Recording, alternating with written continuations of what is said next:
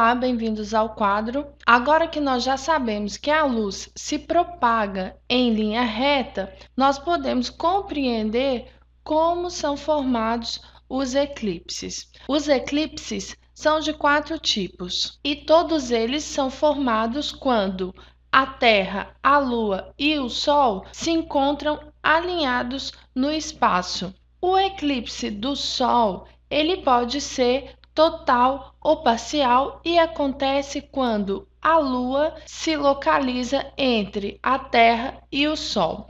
O Sol emite raios de luz em várias direções e sentidos, e alguns desses raios tangenciam a Lua, determinando na Terra duas regiões, uma região A e uma região B.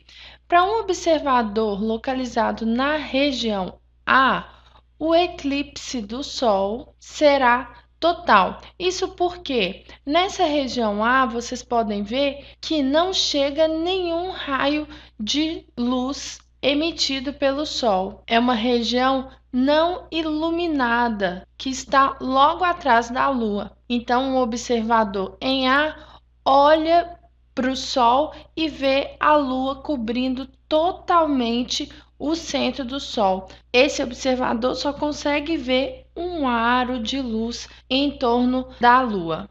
Já para um observador em B, o eclipse será parcial. Isso porque B está numa região de penumbra, uma região que recebe alguns raios solares. Então, quando esse observador olha para o Sol, ele vê que uma parte do Sol está coberta pela Lua. Ele vê uma parte escura e uma parte iluminada do Sol. Nesses dois primeiros casos, nós vimos o eclipse do Sol. Olhando novamente para o esquema, nós podemos perceber que em certo momento a Terra pode estar localizada entre a Lua e o Sol. Neste momento, para um observador localizado no ponto C, há um eclipse total da Lua, ou eclipse lunar. Esse observador, ao olhar para a Lua, não enxerga a Lua iluminada, uma vez que ela está localizada numa região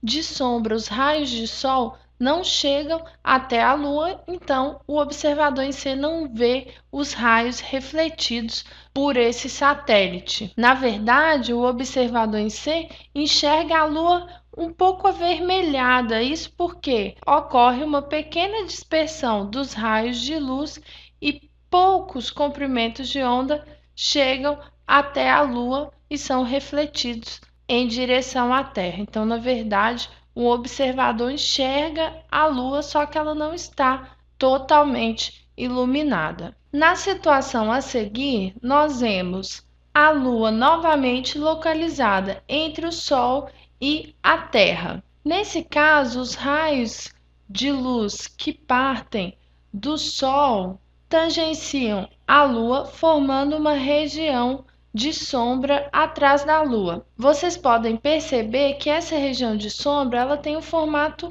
cônico e que o vértice desse cone não está formado sobre a Terra, diferente da situação em que é formado um eclipse total do Sol. Aqui vocês podem perceber que o ponto A está contido no interior desse cone de sombra formado atrás da Lua.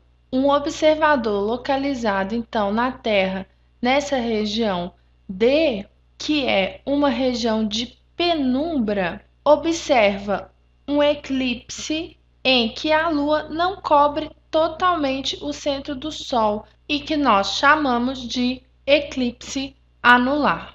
Na próxima aula, nós veremos como funciona uma câmara escura de orifício.